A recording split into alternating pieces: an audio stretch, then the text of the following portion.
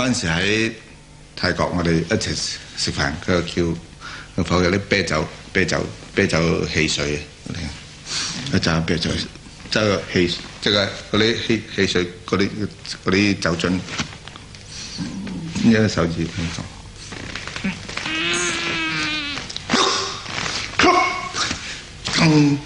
一隻手指去撳開汽水，哇 ！He's really fantastic. Big Boss bat tous les records au box-office. Il est joué 875 fois à Hong Kong, puis diffusé dans toute l'Asie. Du jour au lendemain, Bruce Lee devient une star. You couldn't walk the street with Bruce. I mean, there'd be 10,000 people behind you an hour later, you know. So you walk down the street, it was just amazing. If you went into a restaurant, he came out, there were 1,000 people waiting for him to come out of the restaurant. Something, it's hard to understand the way he captured the imagination. When he was through with his busy day, he'd come home, and we spent most of the time at home and didn't go out that much because of the difficulty of just maneuvering around. Even, you know, people were well-intentioned, but it was just hard to be out amongst them all the time. It changed him a lot. It started to change him. Every act I ever managed in my life, when they made it, changed. Some of them handled it better than others. When he get to that status, I know he become very lonely. I know that. He's a very lonely person. Because it's hard for him to find somebody that understand, you know, what he been through. You know, from nothing. From actually, you know, to have money to pay rent at the end of the month, and then, you know, 2 years' time, reach that level. It's not easy. Of course, you know, Bruce don't really trust a lot of people. He don't really know, it's like, who is really my friend. Après Big Boss, il fait un film tout aussi apprécié à Hong Kong, La Fureur de vaincre.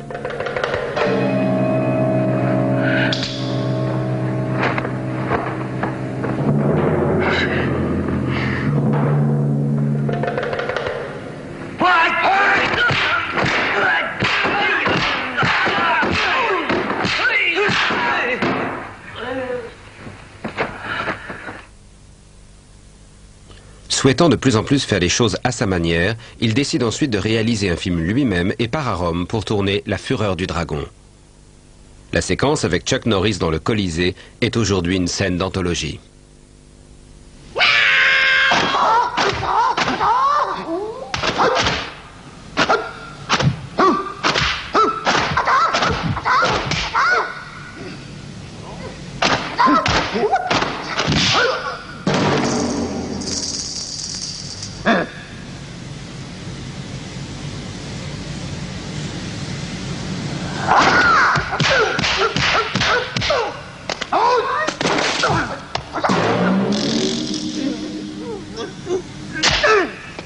My favorite is The Way of the Dragon, and that is because it is the most like Bruce was in real life.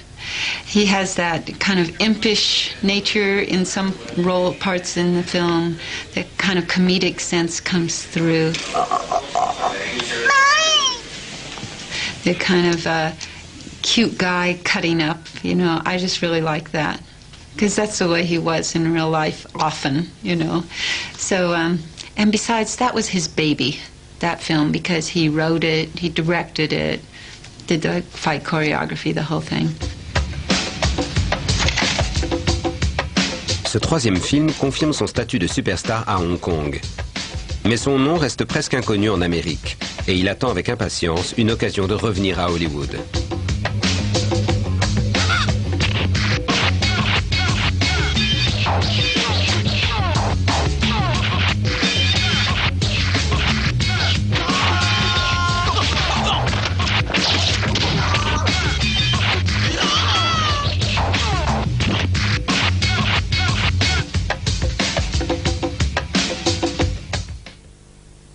En 1972, il travaille à l'écriture d'un film qui a pour titre Le jeu de la mort, dans lequel il prévoit notamment une série d'affrontements dans une pagode avec un adversaire de plus en plus dangereux à chaque étage.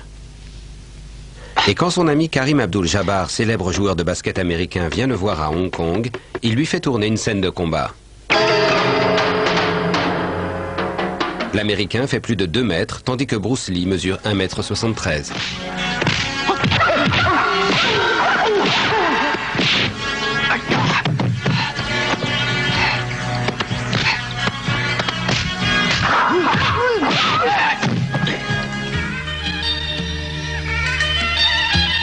Bruce Lee vit alors encore à Hong Kong, mais en 1972 toujours, Fred Weintraub prend l'avion pour rencontrer Raymond Chow.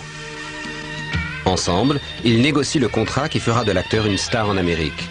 Warner Brothers et Golden Harvest acceptent de coproduire Opération Dragon.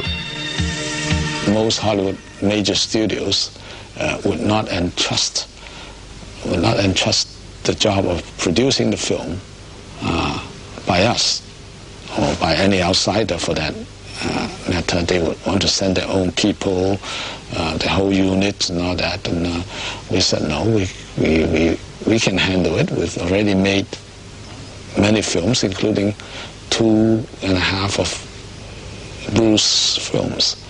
So we know how best to do it, and we can save a lot of money. Opération Dragon est le premier film coproduit par Hong Kong et les États-Unis. Fred Weintraub prend l'avion depuis Los Angeles pour s'occuper de la production. The first day shooting was horrible. He came on a very simple set, and Bruce did not. It wasn't an action film. It was just a simple scene, and Bruce had a slight twitch, and I must say we took 20, 25 takes, and the director came over and said, I said, keep going, just keep going. And about the 25th take, he calmed down, did it, and it came out, you know. But he was scared. He was nervous about it. When Enter the Dragon was set to be made, you really have to go back and think about what it meant to Bruce at that time. Because here he had spent years in the United States knocking on the doors of the studios, saying, here I am, I can do great things, and the doors had been shut in his face. So Enter the Dragon, being the first American Hong Kong co-production, was going to be Bruce's entry into the United States. So it had to be good. Right? It couldn't be a flop. It had to be what Bruce envisioned it as being. Des centaines de cascadeurs sont recrutés parmi les gangs rivaux des rues de Hong Kong. Et les règlements de compte se font sur le plateau. À plusieurs reprises, des figurants viennent défier Bruce Lee. A lot of them, by that time, already heard about Bruce Lee. And one of the things in the martial arts circle has always been, or maybe like boxing, is that, oh, so you are so-and-so. Let's see how good you are. You want to fight? They stomped their foot and they crossed their arms and they came over and they were supposed to, I want to fight you, you know. And I'd grab Bruce and I'd say, Bruce, you have a picture to do. When the picture's over, you can fight him, you know. He was ready to go and beat the... And he would have. Entre Chinois et Américains, les heurts culturels sont fréquents et la communication difficile. Les deux équipes n'envisagent pas du tout le tournage sous le même angle. The key that kept it together was Linda, his wife. Every time it looked like the whole thing was going to fall apart, and I was almost sometimes ready to leave town, Linda would come over and talk to me. First, of course, she would explain to him in her best that, you know, nobody is trying to do a bad job or sabotage this thing. You know, a lot of things is misunderstanding.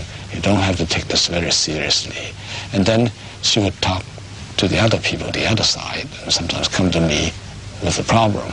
I don't think it'd be correct to say he sent me along to be his intermediary, but I was kind of involved because the American crew was there and the American producers, so I could talk as easily to them as some of the others, you know, because they had difficulty communicating with some of the Chinese people. So I guess maybe I helped out a little bit in that way, being able to talk to these people and then talk to these people. And without her, there would have never been an Enter the Dragon. I mean, I would have just left. And without her, there wouldn't have been a Bruce Lee in a funny way, you know. It's amazing how important she was in his life. I mean, and nobody realizes it. You know, it's like one person, Bruce Lee, but it wasn't really. It was Bruce and Linda. And then there was The Rock, that he stood on his pedestal. Bruce Lee a voulu repousser ses limites pour ce tournage. Ses amis remarquent qu'il a perdu du poids et semble nerveux. Le 20 juillet 1973, il se sent mal au cours d'une réunion avec Raymond Chow. Une amie actrice lui donne un antalgique